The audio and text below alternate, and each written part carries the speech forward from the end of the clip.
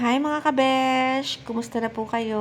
Ayan, alam nyo po, nagtatanim po tayo at umaani na ng sitaw. Ayan, alam nyo po, masipag po talaga ako magtanim sa mga canal farm.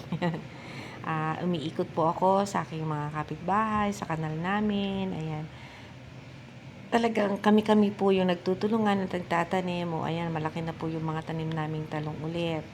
Diba? Ang saya-saya pong magtanim, lalo na po pag ang may tinanim, may aanihin. Ayan. Actually po, napakasarap po ng feeling. Nakakatanggal po ng stress at saka yung bang nakakapag-exercise ka na ito na yung mga tanim natin ulit.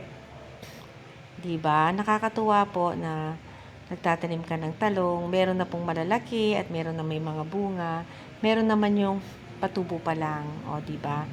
Habang meron tayong naani, nagtatanim na po tayo ulit, meron pa tayong ampalaya, o diba? Nakakatuwa po talaga, kaya kala mo lang walang mangyayari, pero pag nagtanim ka na, talaga siyang uusbong at lalaki. Ayan po, ang laki na ng kalamansi. So, may mga bunga na ulit, kaya nag-harvest po ako ng kalamansi for my juice kasi inuubo ako. Sige, thank you po.